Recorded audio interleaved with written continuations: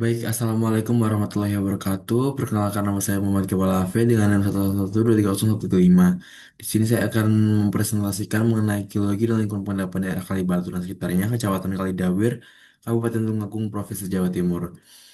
Dengan NIM 111230115, saya dari kelas Desain Komunikasi Geologi TGD.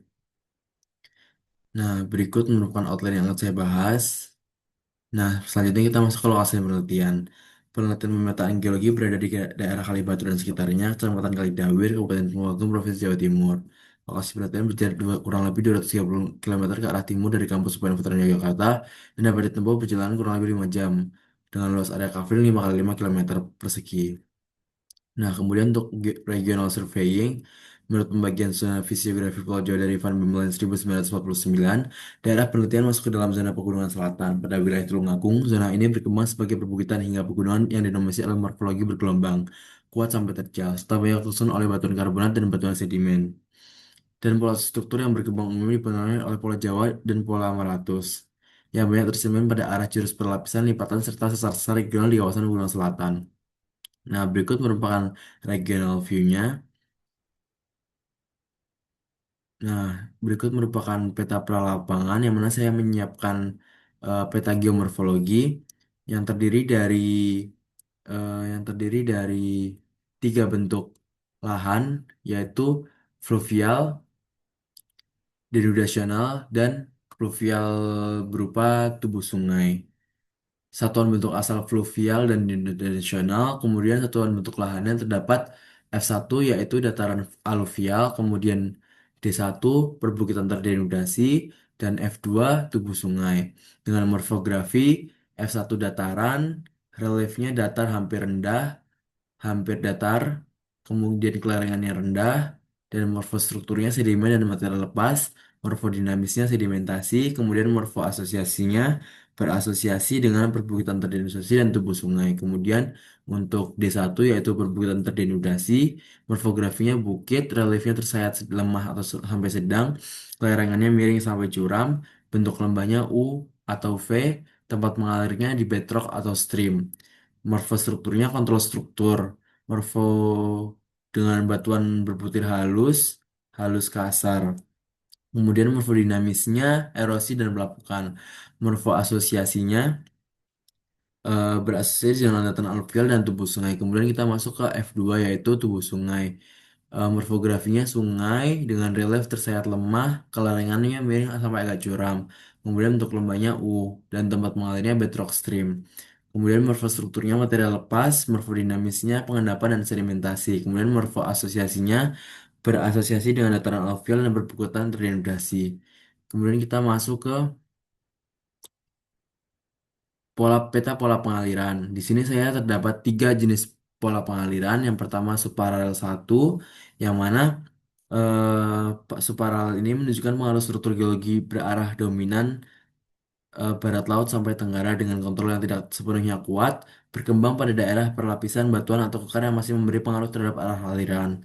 Kemudian ada juga pola pengaliran paralel yang mana mengindikasikan kemiringan lereng yang tajam dan litologi yang seragam, umumnya pada daerah berlapis miring atau formasi yang batuan termetamorfkan. Kemudian ada juga pola pengaliran dendritik yang mana menunjukkan litologi homogen, umumnya batuan sedimen atau batuan beku tanpa struktur atau rekahan dominan. Nah, berikut merupakan untuk peta kelurusan. Saya mendapati arah umum punggungan dan juga arah umum lembahan. Nah, untuk hasil lapangannya, saya mendapat saya menghasilkan peta lintasan dan lokasi pengamatan di mana saya terdapat eh, kurang lebih hampir 140 lokasi pengamatan dengan litologi kurang lebih wexstone, flowstone, pegstone, dan batu pasir. Kemudian berikut untuk peta dan penampang geologi saya membaginya menjadi eh, dua satuan utama yaitu satuan batu pasir dan satuan batu gamping. Kemudian satuan batu gampingnya saya bagi lagi menjadi beberapa batu gamping. Nah, kemudian saya juga melakukan analisis struktur geologi dengan terdapat 3 LP kekar di LP3, LP24, dan vein di LP12. Di LP3 kekarnya terdapat SJ1 sebesar 300 per 32, SJ2 250 per 31, RJ 269 per 35, RJ 360 per 1 dengan T1 0,2 North 0 derajat East. Kemudian T2 34, North 271 derajat East dan T3 34, North 269 derajat East. Kemudian kekar di LP24 dengan SC1 197 per 37, SC2 253 per 37, EJ 308 per 08, RJ 202 per 38 dan T1 40, North 211 derajat East.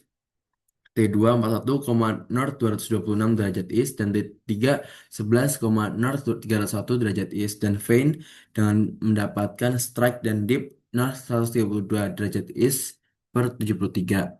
Kemudian saya juga melakukan analisis fotografi dengan sayatan tipis, batu gamping floatstone dan didapati klasifikasinya seperti ini. Komposisinya terdapat opak 2%, moluska 4%, foraminifera 5%, Bryozoa 7%, litoklas 6%, sparikulasit 15%, coral 10%, brachiopoda 8%, Laima 35%. Kemudian saya juga melakukan analisis fotografi di sayatan tipis batu gamping Paxton, di mana saya mendapati komposisinya algae 18%, algae 8%, kalsit 27%, limat 65%. Dan juga saya melakukan sayatan fotografi di batu pasir dengan mendapati komposisi opak 2%, moluska 5%, brachiopoda 4%, litoklas 10%, sparikalsit 12%, litik 45%, limat 20%, dan kuarsa 2%. Nah, saya juga melakukan analisis umur relatif dan kedalaman pada formasi gamping campur darat dengan didapati umur relatifnya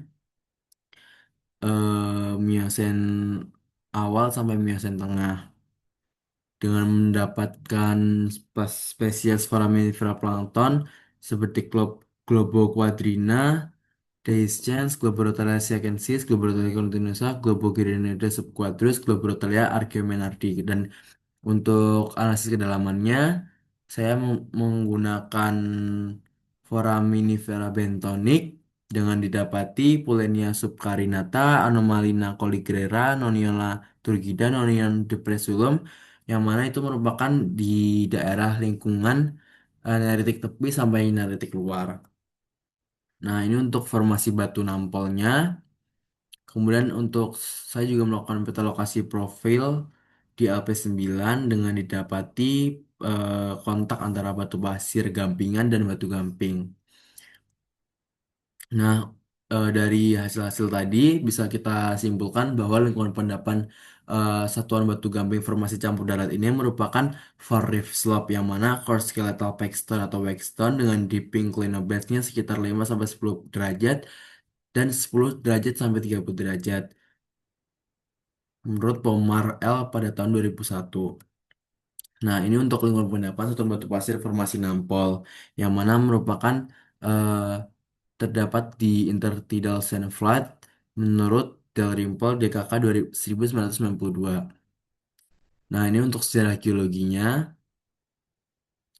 Dan untuk kesimpulannya, interpretasi geomorfologi menunjukkan bahwa daerah penelitian terdiri dari dua bentuk asal yaitu dinosasional dan fluvial, dan tiga bentuk lahan yaitu perbukitan dinosasional, dataran alluvial, dan tubuh sungai. Berdasarkan analisis pola pengaliran, daerah penelitian menghasilkan tiga pola pengaliran yaitu subparalel dan tidak paralel. Didapati dua satuan batuan dari hasil pemetaan geologi pada daerah Kalidawe dan sekitarnya berupa satu batu gabus, satu batu usin, dan endapan alluvial. Terdapat struktur geologi berbekar dan berpasangan dan vein. Satuan batu gamping formasi campur darat terdapat pada kolam Miocene awal tengah N8 sampai N10 pada lingkungan pengendapan laut sampai pada lingkungan pengendapan laut yaitu laut dangkal dengan asosiasi spesies Forif dan Selap. Satuan batu pasir formasi Nampel terdapat pada kolam Miocene tengah range N9 sampai N13 pada lingkungan transisi tidal flat system dengan asosiasi spesies dan flats intertidal. Berikut merupakan daftar pustaka yang saya gunakan. Baik,